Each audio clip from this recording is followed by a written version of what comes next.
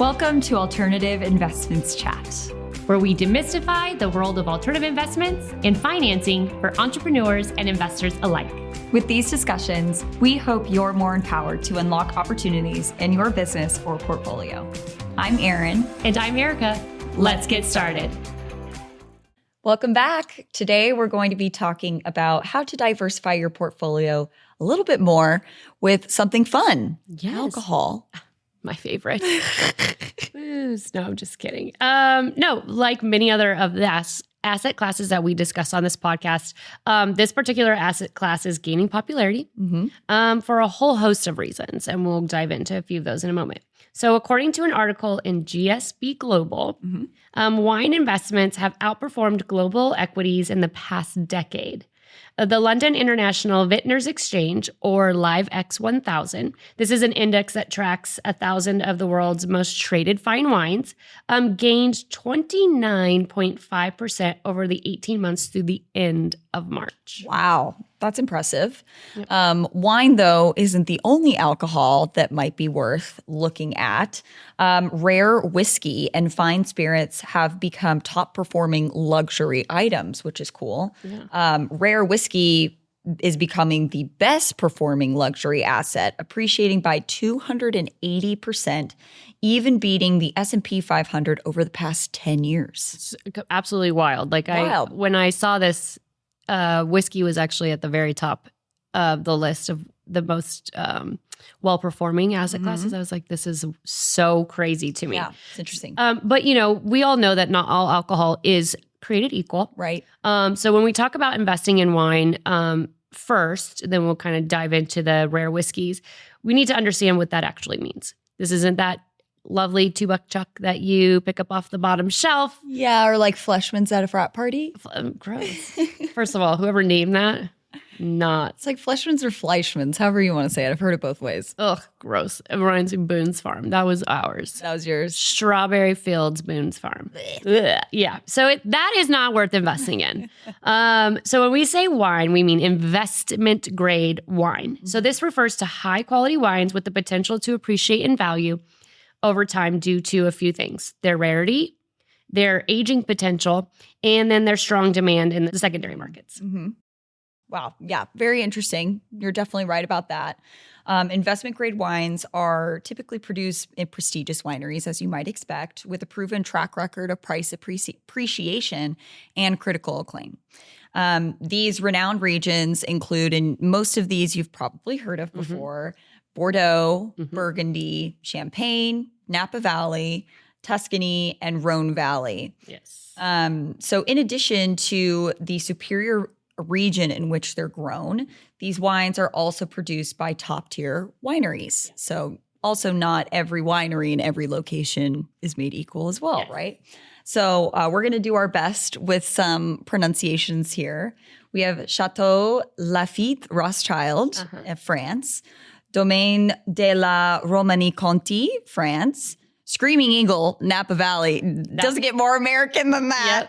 Yep. And Sasaya in Italy. Yeah, those are four of the big winemakers. If you can get a bottle from them, you're doing good. Yeah. In fact, I have a girlfriend who, this is what she does as her job, is she sells high-end wines to clients.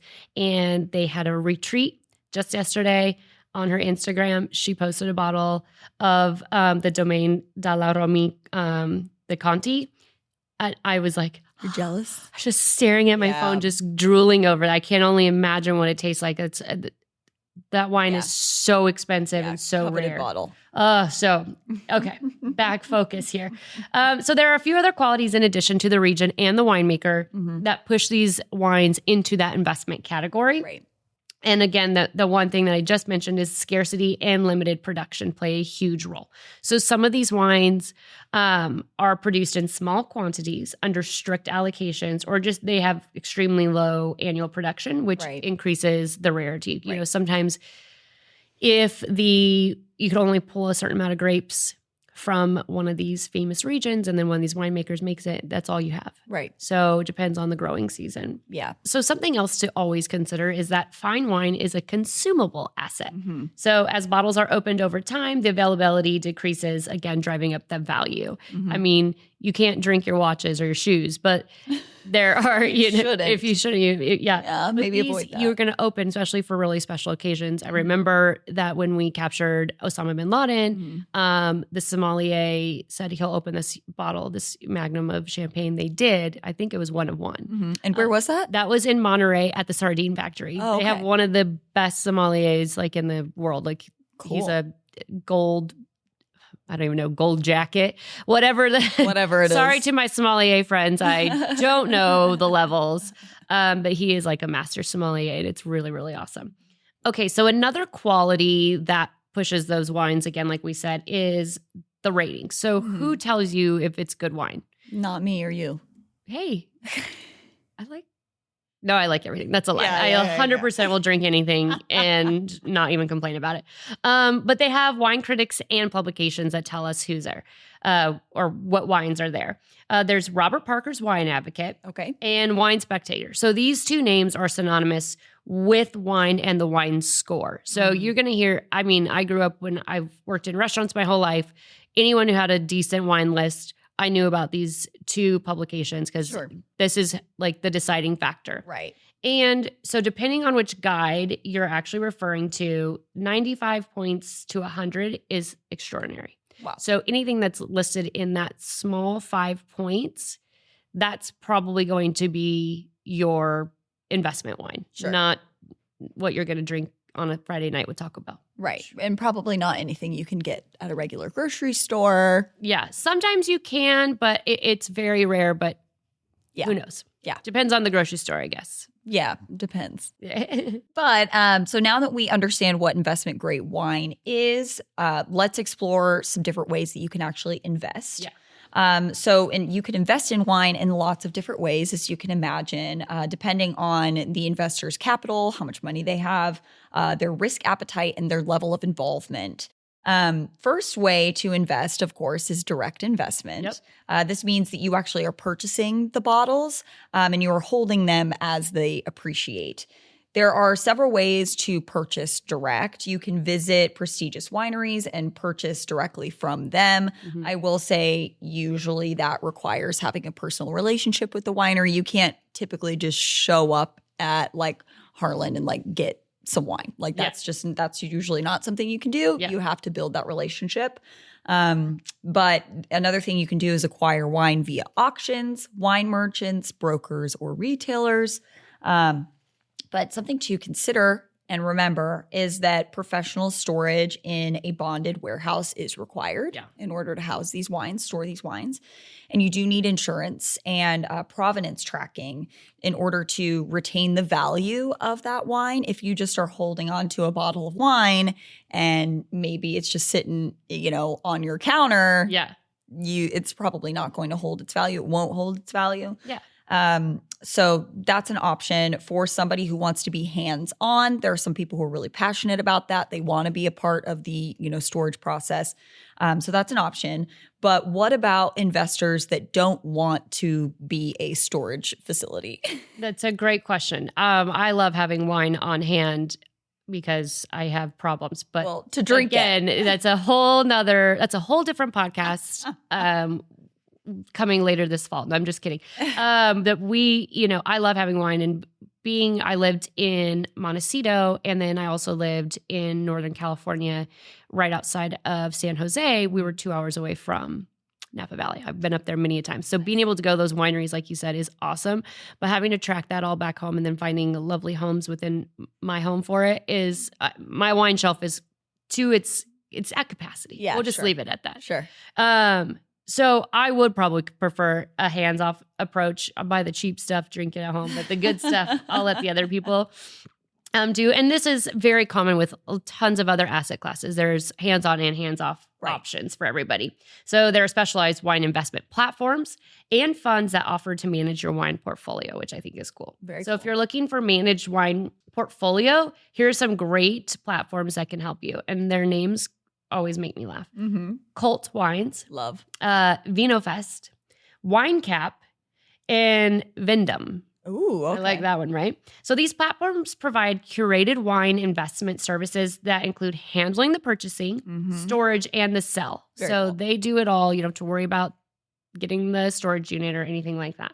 And investors can choose their risk level and investment timeframes. Again, these platforms allow for a lot of mix and match and flexibility. Exactly.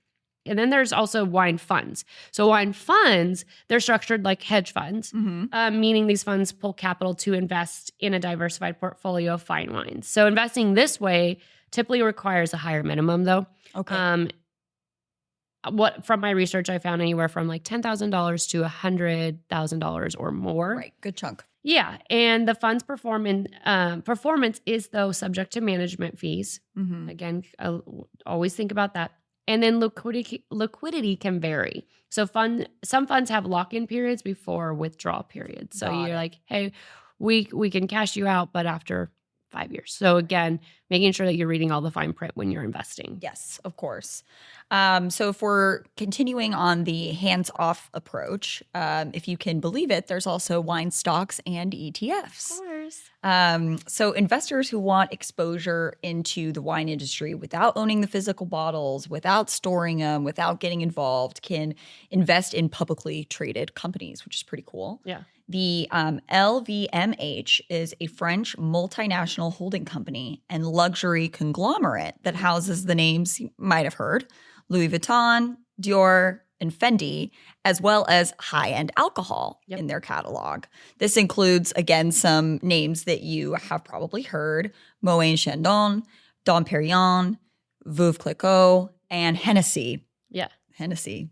Yep. So now, remember, when you invest via this route, you are exposed to market risks, as always. Stock market, it's an IPO, so. Yes, but there's higher liquidity, which can be really attractive to people, as opposed to owning all of these physical bottles. If you need to liquidate that obviously takes a lot more time. So could be a good fit. Yeah, so that is like a most perfect segue into other risks that come with this asset class. So earlier you mentioned storage. So fine wine must be stored in optimal conditions. Right. If not stored, wine can degrade, making it unsellable or significantly reducing its value. What's the point of buying an expensive bottle of wine, sticking it in a closet somewhere, forgetting about it, and be like, oh, look, I forgot about this. No one's going to buy that. They want to know the details. Yeah, if you like, wasted your money. It was in a closet. They're like, oh, thanks. You can put it back in your closet now. Professional storage is always available, but remember it comes with fees and can eat into those returns. Right. Always remember that. Another risk is that just the general risks in investing in all asset classes: liquidity, time horizon, and accessibility. Right. But there is one risk that comes with only a few of these alternative asset classes. Sure. Mainly with tangible assets. Yes. And that is fraud. Yes. Fine wine market has a history of counterfeits, which is interesting. I know. I think about like counterfeit bags, counterfeit shoes. I don't really think about counterfeit wine. So I'll tell you about a famous case in a second. We'll get to that. But we mentioned provenance. Provenance is the history of ownership and storage conditions. It's basically verifying that you got it where you came from, you've been storing it properly, blah, blah, blah. It must be verifiable in order for it to maintain its value. Artwork and artifacts often require provenance as well, which makes sense. In fact, many museum curators and experts spend time researching the provenance to understand the ownership history of an item, which can shed a light on the significance and credibility of the item. If you know where it came from, if you're able to keep track of that, and you know that it's one of one or whatever, that makes it more rare, drives up the value. So fraud case. Let's get into it. I need to hear this. Rudy Kurniawan, an Indonesian-born wine collector, faked rare wines using cheaper bottles and reprinted labels. You wouldn't think it'd be that easy. I know. He produced the counterfeits at home. This case always I get a big grin because I'm like, this is wild. It's crazy. Blending wines to mimic expensive vintages which is so funny because it's like, you have these sommeliers, not to, Yeah. talk badly about any sommeliers. I know they work really hard, but it is just funny that he got this far, right? Because you would think people would be able to taste it and be like, this isn't right. Well, all I think about is he had to have trained his palate if he would have just put that to Maybe good just use. be a winemaker. Right, exactly. So it's estimated that he was able to sell over $30 million in fraudulent wine. So crazy. Nuts. So thankfully, eventually, the wine experts and wineries spotted the inconsistencies, realized something weird was going on. Yeah. And in 2012, the FBI raided his home and found all of the counterfeit labels, corks, and the blending equipment. Just left the evidence out for everyone to find. Come on in. Exactly. So in 2014, he was sentenced to 10 years in prison and was ordered to pay $28.4 million in restitution. Jeez. But after serving his sentence, he was deported back to Indonesia. So Poor dude. Poor guy. I mean, maybe don't do that, but it is kind of a silly thing to think about. Again, I've heard this case many times and it's just always wild to me. I just think to myself, man, this guy has, Robert, you have way too much time on your hands, my friend. Get a different hobby, Get a different hobby. Yeah, exactly. So while fraud is definitely out there, we've seen it.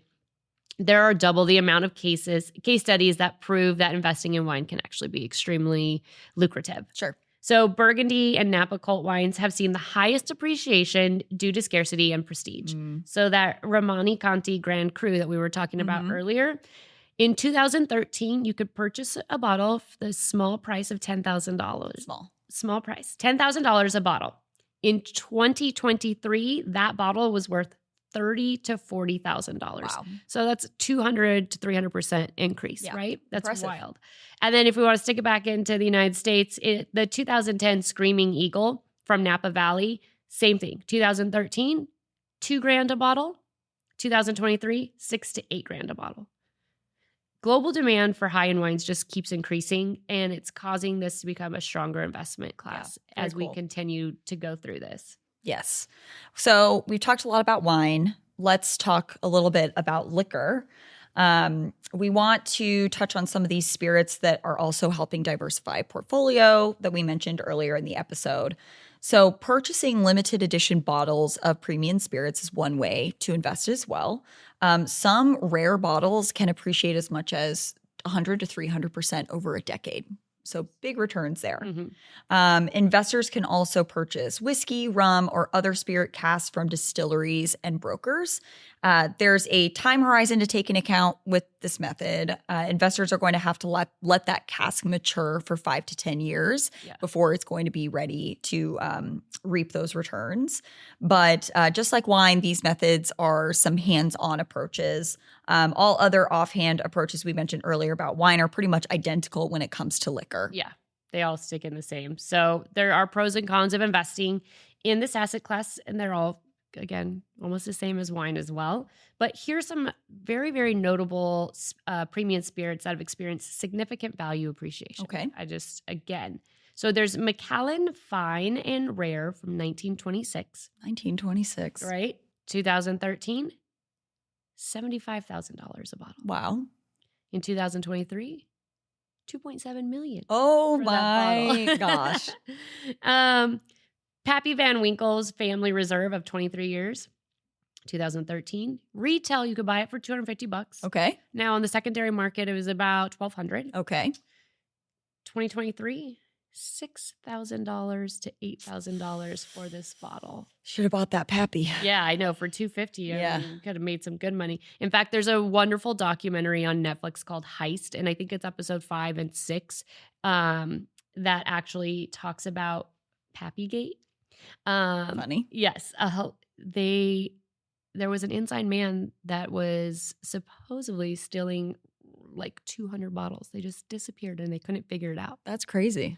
Could you imagine buying 200 bottles of Pappy or stealing them and then selling them for $8,000 a piece? Yeah, that's good money there. That's definitely a good chunk of change. Yeah, for sure. Sounds like I've got some Netflix to catch up on. Yeah, there you go. But that wraps up our episode for today about wine and other alcohol that you can invest in. Well, Erin, like a perfectly mixed cocktail, we hope this information helps our listeners shake up some new ideas on where they can invest. I love that. Yes. Don't forget to like and subscribe and catch us next time. We're going to be talking a little bit more about alcohol, specifically wineries, meaderies, and distilleries in the next episode. So keep listening if you're interested. Cheers. Thanks for joining us. Stay tuned for more insight on our next episode. And don't forget to subscribe to continue the Alternative Investments chat. See you next time. Content provided in this podcast is for informational purposes only and should not be construed as professional, financial, or investment advice. This podcast should not be construed as an offer to sell or a solicitation of any offer to buy any securities. We strongly recommend that you seek advice from a qualified professional before making any financial decisions.